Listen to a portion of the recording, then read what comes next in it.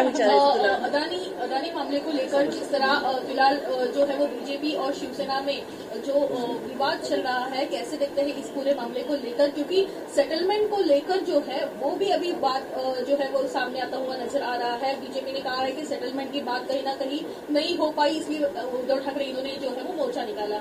मैंने अभी जैसे बोला कि उद्धव ठाकरे 2.5 साल मुख्यमंत्री थे, अगर उनको खुद को अदानी नहीं चाहिए थे और उनको स्टेट गवर्नमेंट के हाथों करना था तो उनको तभी किसने रोका था? कोविड का हर कुछ भी बोले तो कोविड का रीजन देते, कोविड था इसलिए हम नहीं कर सकते। कोविड कुछ महीने के बाद चालू हो गया। आप मुख्यमंत्री हैं, आपके पास सभी पूरी टीम रहती है, आपने तभी परमिशन देनी चाहिए थी, स्टेट गवर्नमेंट को देनी चाहिए थे, टेंडर निकालने चाहिए थे, जिनको देना था तभी क्यों नहीं दिया आपने? देना चाहिए था। या वही देरी जो है वो उद्धव ठाकरे इन्होंने की, लेकिन और मुझे आपको एक रिमाइंड करना है कि ऐसे लगता है कि 1 साल या 6 महीने पहले यही अदानी उनके बंगले पे गए थे। वो किस लिए गए थे? वो आप ढूंढिए।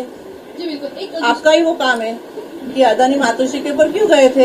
जिस तरह अदानी मातोश्री पर गए थे वैसे ही शरद पवार इनसे मिलने के लिए उनके घर भी गए थे। फिलहाल ये बात है वो, लेकिन जिस तरह महाविकास आघाड़ी से अदानी ये जो मिलते हुए नजर आ रहे हैं और फिर महाविकास आघाड़ी जो है उनके खिलाफ जिस तरह मोर्चा निकालते हुए नजर आ रही है, कहीं ना कहीं ये राजनीति कुछ अलग नहीं लग रही? लग तो रही है, इसलिए मैंने बोला आप सब पत्रकार हैं, आप ढूंढिए। और जैसे आज राज साहब ने बोला कि इतने महीने के बाद क्यों आप मोर्चा निकाल रहे हो?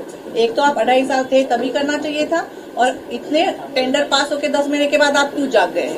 एक दूसरा ऐसा सवाल है कि मराठा आरक्षण के मुद्दे को लेकर जो है वो अभी फिलहाल राजनीति चलते हुए नजर आ रही है। एक तरफ जरंगे पाटिल ने मैंने अभी बोला कि जो लोग अभी जरंगे पाटिल साहब के साथ खड़े हैं वो सभी 1.5 साल के पहले पावर में थे, जिसमें उद्धव ठाकरे है, शरद पवार साहब है, कांग्रेस है, तो तभी उनको किसी ने पकड़ के रखा था। मराठा आंदोलन अभी चालू नहीं हुआ है, वो मेरे ख्याल से 8 साल तो हो गए चल रहा है। मराठा आस्किंग फॉर रिजर्वेशन, तो तभी उनको किसने पकड़ के रखा था? सबको देना है ना, सब अभी बोल रहे दे दो उनको आरक्षण, तो अभी तभी क्यों नहीं दिया? किसने उनको बोला था कि नहीं दे, तो देना चाहिए था तभी।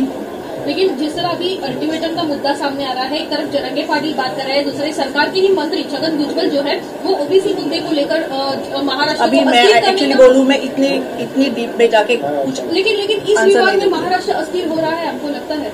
मुझे ऐसा लगता है अस्थिर हो रहा है ना। राज साहब ने बोला है कि हर एक, कोई भी जात का हो, किसी भी जमात का हो, हर एक जिसको रिजर्वेशन मतलब जिसकी फाइनेंशियल कंडिशन अच्छी नहीं है उसको हर एक को मिळणं चाहिए। हे सबसे बडा सोल्युशन आहे। वहिनी, आज लोकसभेमध्ये जवळपास 78 खासदारांना सस्पेंड केलं, निलंबित केलं, कसं पाहता? एकंदर खासदारांनी आवाज उचलल्यानंतर त्यांच्यावर कशा प्रकारे कारवाई केली जाते, कसं पाहता? खरं सांगू का, मी आज सकाळपासून लग्नासाठी बाहेर फिरते, मला हे पण माहिती नाही, जे माहिती नाही त्या प्रश्नांवरती वज उत्तर देण्यात काय अर्थ नाही। थँक्यू। आता बस ना। आदित्य ठाकरे दिशा सालियान मामले को लेकर आपने जो पुढे किया था बाहेर हिंदीमध्ये राउत ने भी जो है वो शुक्रिया अदा किया था।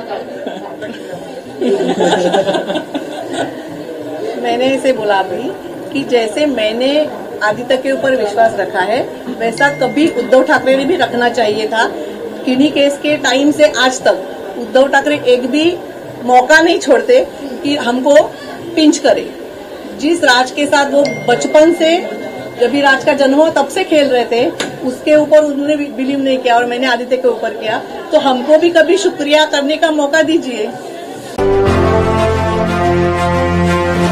देख रहे हैं मुंबई का इंडिया टीवी न्यूज, सच के साथ हमेशा।